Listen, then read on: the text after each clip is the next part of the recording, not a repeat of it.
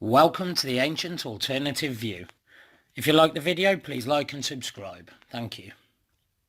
Good day to all watching the Ancient Alternative View, the place where everyone's opinion matters. Remember, the truth has been hidden and covered for many years, so all theories to our ancient past are on the table. I look forward to hearing your views. Please like, comment and subscribe below. Thank you. The origin of the word druid is unclear, but the most popular view is that it comes from the word dwar, an Irish Gaelic word for oak tree, often a symbol of knowledge, also meaning wisdom. Druids were concerned with the natural world and its powers and considered trees sacred, particularly the oak tree. Druidism can be described as a shamanic religion, as it relied on a combination of contact with the spirit world and holistic medicines to treat and sometimes cause illnesses. They were said to have had induced insanity in people and been accurate fortune tellers. Some of their knowledge of the earth and space may have come from megalithic times. There is a lot of mystery shrouding the actual history of the Druids, as our knowledge is based on limited records. Druidism is thought to have been a part of a Celtic and Gaulish culture in Europe, the first classical reference to them in the 2nd century BC.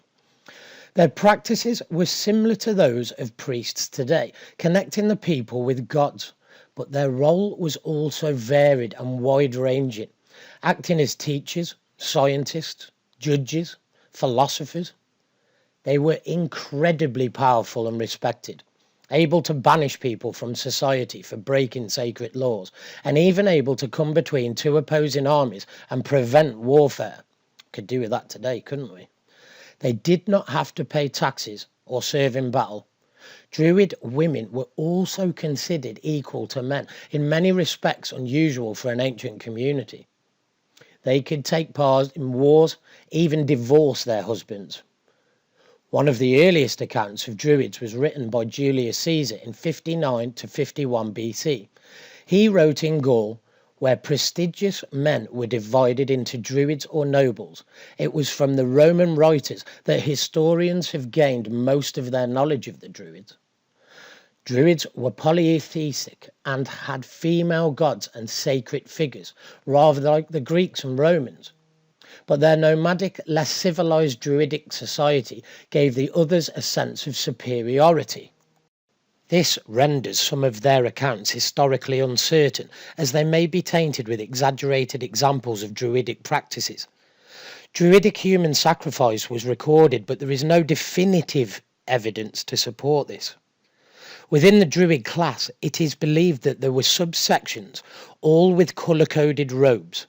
The eldest Druid, or one deemed to be the most wise, was the Archdruid and would wear golden robes. The ordinary Druids would wear white and act as priests. Sacrificers would fight and wear red. The blue bards were artistic, and the new recruits to Druidism completed lesser tasks and were held in lesser esteem, wearing brown or black. All aspects of Druidism were all structured and well ordered, from the hierarchy of the Druid class to their pattern of life that followed nature's circles. They observed lunar, solar and seasonal cycles and worshipped according to these on 8 main holy days. They would celebrate New Year on Samhain, the day that we refer to as Halloween, or the 31st of October. This was when the last harvest would take place. It was a day full of mysticism and spirituality, because the living and the deceased were the closest to being revealed to each other than on any other day. Yule was the winter solstice, a time when Druids would sit on mounds of earth, for example at New Grange in Ireland, throughout the night waiting for sunrise, when they would be reborn. In bulk, the 2nd of February involved using sheep's milk by the way of celebrating motherhood. Ostara was the spring equinox, and Beltane took place as a festival of fertility.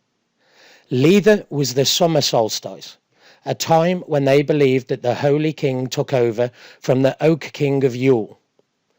Yughanassa was the first harvest on the 2nd of August, my birthday, and Mabon was the autumnal equinox. Then the cycle of the holy days would repeat itself again, reflecting the cycles of nature, planets, and indeed life itself. As the Druids believed in reincarnation, they also believed that sins committed in a previous life could be made up for in the next. Their places of worship, temples of the Druids as it were quiet, secluded areas like clearings in the woods and forests. Stone circles, as you might know them as today, probably the famous of which is the Stone Circle here in Great Britain and is called Stonehenge, an ancient megalithic monument dating back to at least 3200 BC. Some of us think a lot more than that. Most people's first thoughts about the Druids might be of them congregating around Stonehenge and casting magical incantations. There is indeed a thought that this was a place of worship for them, as it is still today worshipped by pagan and neo-Druids. There is a disagreement, though, about whether the Druids built Stonehenge or not. It is not clear exactly when the Druids actually came to Britain, but it is not likely to me that they built Stonehenge. It is far, far earlier than that. The Isle of Ynys Anglesey, and Whitman's Wood in Dartmoor are both believed to be Druidic sites. Indeed, Anglesey was supposedly a place where Druids were taught. It took at least 20 years to learn the law, as it was complex and had to be learnt off by heart, as they rarely used written language. The Gauls had limited written language, involving Greek characters, and then with Caesar's rule this became Latin, and all our old records seem to have been lost. In the 1st century AD, Druids were facing oppression from the Romans. Indeed, Tiberius banned Druidism because of the supposed human sacrifices. After this, in the 2nd century, Druidism appeared to end. There are a couple of theories to try and explain this. The first is that, as with many of our ancient societies, disease, famine, warfare could literally have wiped them out. The second implicates the arrival of Christianity, and funnily enough, lots and lots of people died out because of this. They might have been converted maybe in the 1700s. A Druid revival occurred in England and Wales. Famous William Blake, an arch-Druid, even took part in this. Some religions today, like Christianity and Wicca, have been influenced by Druidry. The number 3 was considered greatly significant in Druid lore, and also by these religions, for example.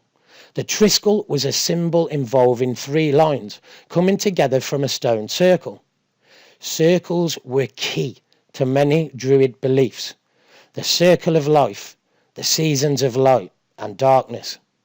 It would surprise many to learn that Winston Churchill was actually a Druid, ladies and gentlemen of the ancient alternative view.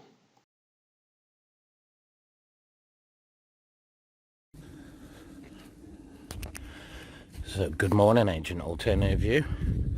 We're now taking a walk to the Nine Sisters, which is a Druid site in Derbyshire in the Peak District.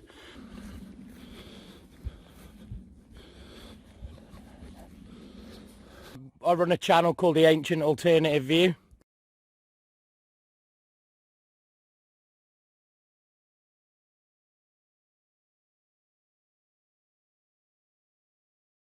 You can now follow us on Twitter. The link is in the bios. Thank you very much indeed for watching. Remember, there's always an ancient alternative view. Thank you for watching.